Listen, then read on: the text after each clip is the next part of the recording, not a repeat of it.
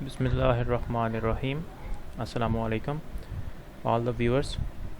Welcome to another video lecture of the History of English Literature series. Dear students of English Literature, इस video lecture में हम Elizabethan period का part 2 discuss करेंगे। Previous video lecture में हमने Elizabethan period का part 1 discuss किया था, right, before Shakespeare. In this lecture we will start from the William Shakespeare, understood? और हमारी इस वीडियो लेक्चर सीरीज़ में जो हमने स्टार्ट की हुई है पिछले कुछ वीडियोस, इसमें introduction of the whole history of English literature और जितनी भी एजेस हैं, पीरियड्स हैं इंग्लिश लिटरेचर के, वो हम डिस्कस करते चले आ रहे हैं। और आज इस वक्त हम एलिज़ाबेथन एज जो है वो डिस्कस कर रहे हैं under the umbrella of Renaissance age. और एलिज़ाबेथन एज का पार्ट 2 आज हम डिस्कस करने जा रहे हैं, that starts from William Shakespeare.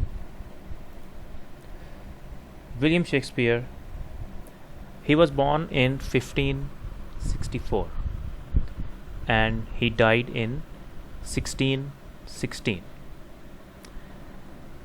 Dear students, इससे पहले जो हमने डिस्कस किए हैं राइटर्स एलिज़ाबेथन एज के हमारी प्रीवियस वीडियो में, वो अगर आपने वीडियो नहीं देखी तो हमारा जो चैनल है इसको सब्सक्राइब करके आप देख सकते हैं, वो आपके लिए इजीली विजिबल होंगी।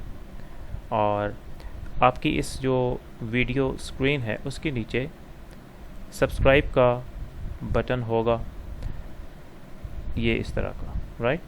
तो इसको आप सब क्लिक करेंगे तो आप इजीली सब्सक्राइब कर लेंगे हमारे चैनल को, और जितनी भी हमारी वीडियोस हैं informative and specially to the English literature, वो आप इजीली देख सकते हैं। Thank you very much.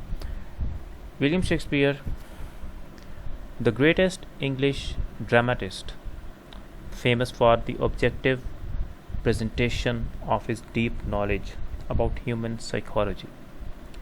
He is often called the Bard of Avon. The Bard of Avon, dear students, आपको किसी भी एग्ज़ाम में कोई क्वेश्चन आता है कि द बॉर्ड ऑफ एवॉन जो है वो किसको कहा जाता है, तो आप शेक्सपियर का नाम लेंगे, उसको कहा जाता है। He wrote 37 plays and 154 sonnets.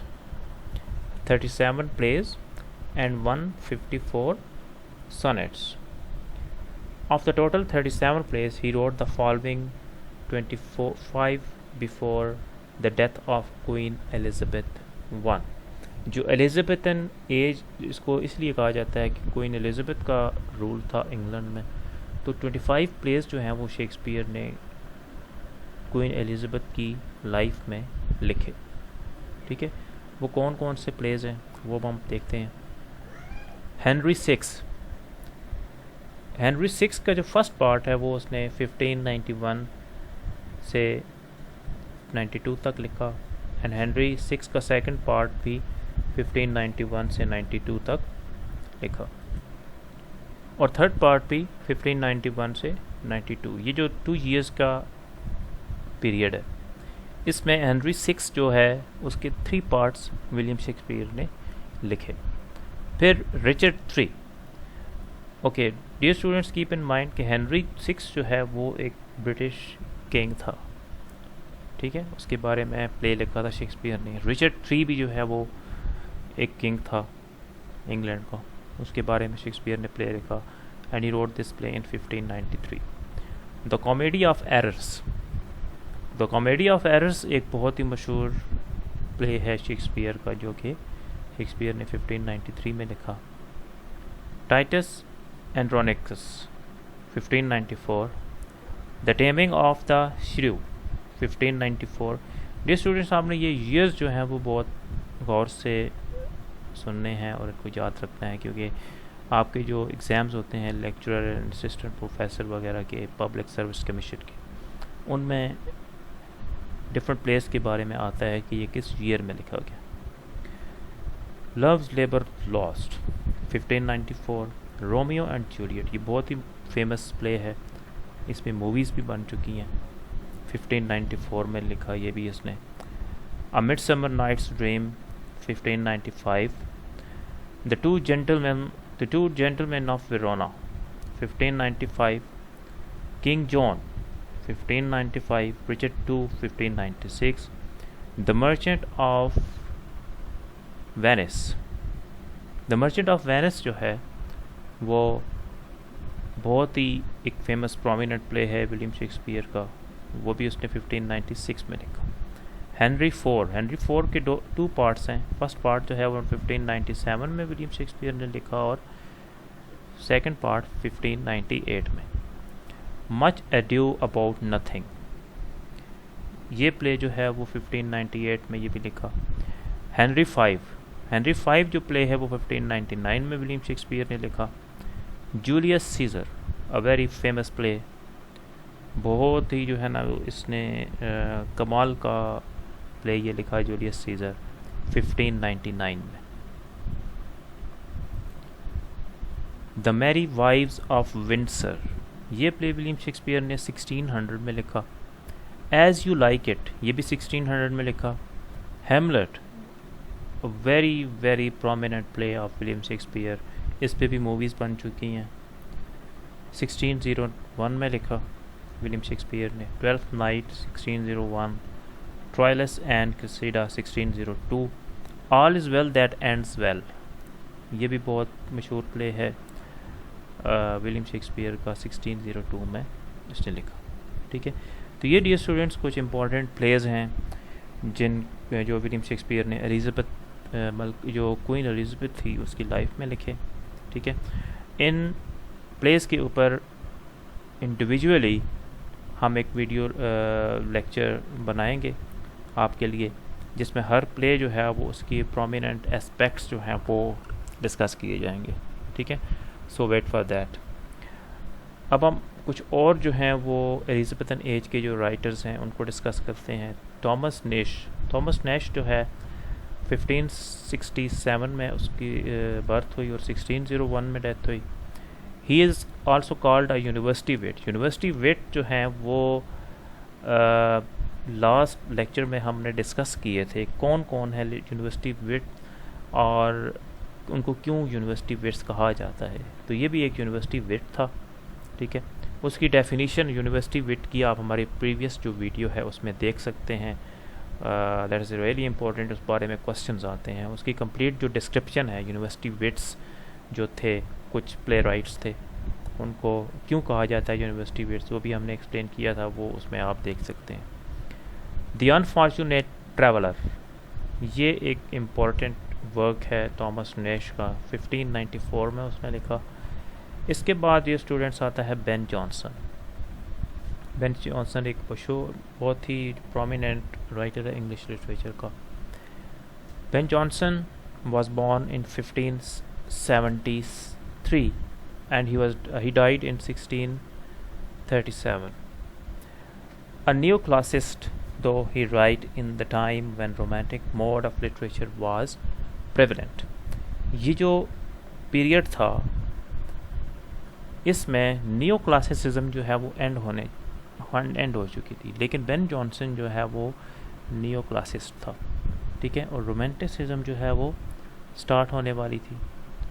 इस एज में एक नियो क्लासिस्ट जो है वो होना, इट मीन्स कि उसने क्लासिसिज्म जो है उसको एक नया टच दिया on the beginning of romanticism. He is called a neoclassicist because he followed the classical rules of drama. Elizabethan age जो है उसके बाद जब जो आप कह सकते हैं कि रोमांटिक एज से पहले एलिज़ाबेथन एज थी और क्लासिसिज्म एंड हो चुकी थी, तो उसके अंदर क्लासिसिज्म को रिवाइव करना ये इसका काम है बेन जॉनसन का, इसलिए इसको नियो क्लासिस्ट कहते हैं, classicist. Every man out of his humour, ये इसका एक इम्पॉर्टेंट ड्रामा है, 1600 में लिखा था बेन जॉनसन ने। Every man in his humour 1601 में। ये दो बहुत सिग्निफिकेंट वर्क्स हैं इंग्लिश लिटरेचर के, ये आपने याद रखने हैं कि ये every man out of his humour and every man in his humour ये बेन जॉनसन ने लिखे थे 1600 एंड 1701 में। देन ब्यूमॉन्ट जो है वो 1584 में उसकी बर्थ हुई और 1616 में डेथ हुई। एंड फ्लेचर 1579 टू 1625 ये इसका पीरियड था। और इन दोनों के जो कलेक्टिव वर्क्स थे, फिलेस्टर 1611 में उन्होंने लिखा and a king and no king 1611 also, the mayor's tragedy 1610। ये तीनों जो प्लेस हैं ये इन दोनों राइटर्स के combined. Now we move towards the next section of our lecture in which we will discuss the main literary features of the age कि इस जो एलिजाबेथन एज है इसके जो मेन जो लिटरेरी फीचर्स हैं ये क्या थे। Elizabethan literature reflects a great variety of creative genius. This is the first feature of this age, literary features. It demonstrates experimentation and innovation in dramatic and poetic forms and techniques. It is deeply influenced by the Renaissance spirit, especially by the Renaissance literature of Italy, France and Spain. Dear students, Renaissance age जो है वो जिस तरह हमने आपको बताया था कि Renaissance age, Renaissance literature that is called the revival and rebirth of knowledge and literature, उसका जो इन्फ्लुएंस है एलिजाबेथन एज जो है वो जितनी भी ये हम उस अम्ब्रेला के नीचे डिस्कस कर रहे हैं तो उनमें बहुत ज़्यादा था, ठीक है। और जो इटली, फ्रांस एंड स्पेन से रेनेसांस लिटरेचर आया था उसका इन्फ्लुएंस जो एलिजाबेथन लिटरेचर है उस पर बहुत ज़्यादा था।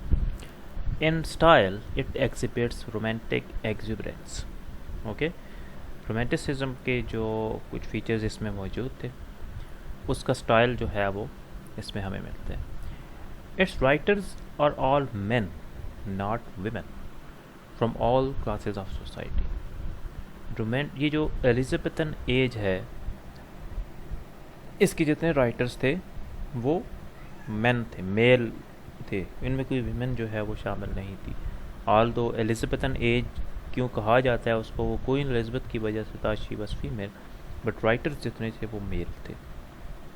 And they were from all classes of society, वो किसी ख़ास क्लास से ताल्लुक़ नहीं रखते थे बल्कि डिफरेंट क्लासेस से वो ताल्लुक़ रखते थे। It is an age of exquisite poetry, unparalleled drama and splendid prose. So Elizabethan age में ये तीनों चीज़ें जो हैं वो बहुत इम्पोर्टेंटली, सिग्निफिकेंटली पाई जाती हैं। मीन्स कि उनकी कोई जो है ना वो आपको मिसाल नहीं मिलती। Unparalleled drama, exquisite poetry, splendid prose, मतलब अपनी जो है ना वो क्वालिटी और यूनिकनेस में they were unexemplary, okay. It marks a shift from man's fate to his free will. Shift from man's fate to his free will, fate का बहुत जो है ना वो रोल था एलिजाबेथन एज से पहले भी और उसके बिगिनिंग में भी, और उसके बाद जो है ना वो शिफ्टिंग हुई towards the free will of man. It develops English language to a level of stable standard. इसमें जो लैंग्वेज है आपकी उसकी जो है वो उसमें स्टेबिलिटी आई, उसको प्रॉपर स्टैंडर्डाइज किया गया एलिजाबेथन एज में। Its spirit ranges from the Platonic idealism and the delightful romance of the level of gross realism.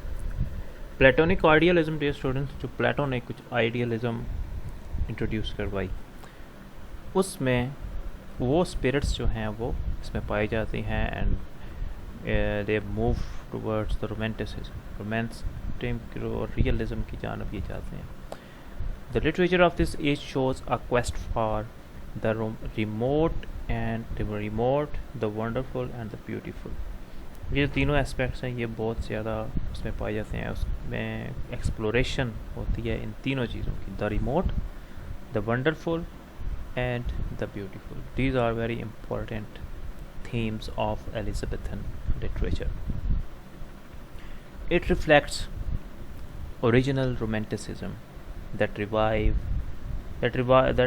during the beginning of Romantic age in 1798.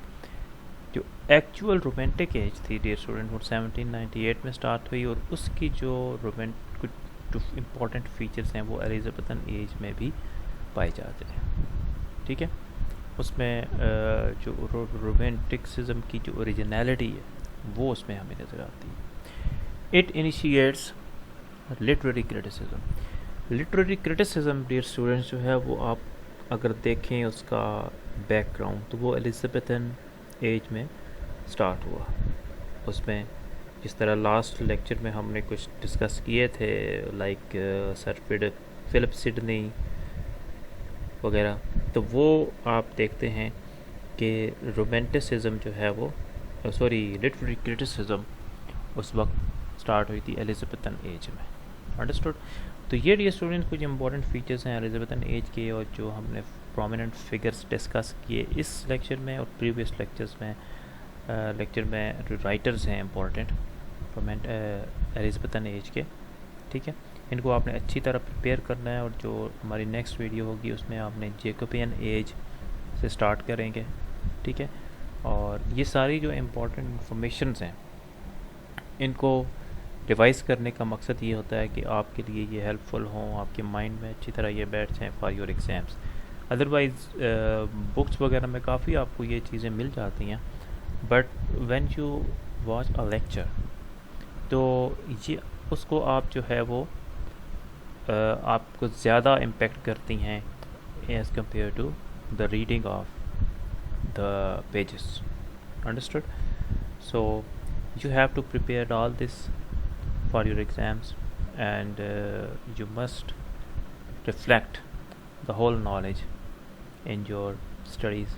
Inshallah you will be successful, and at the end of this video there is the request again to subscribe the channel please, because जब आप channel को subscribe करते हैं तो ये एक motivation होती है for the admin of the channel.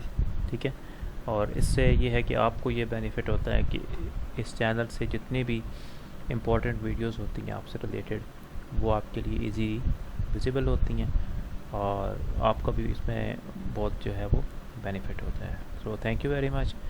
इंशाल्लाह नेक्स्ट जो हमारा लेक्चर होगा उसमें जैकोबियन एज जो है वो उससे डिस्कस करेंगे, और तब तक Allah Hafiz. Wish you good luck for your studies.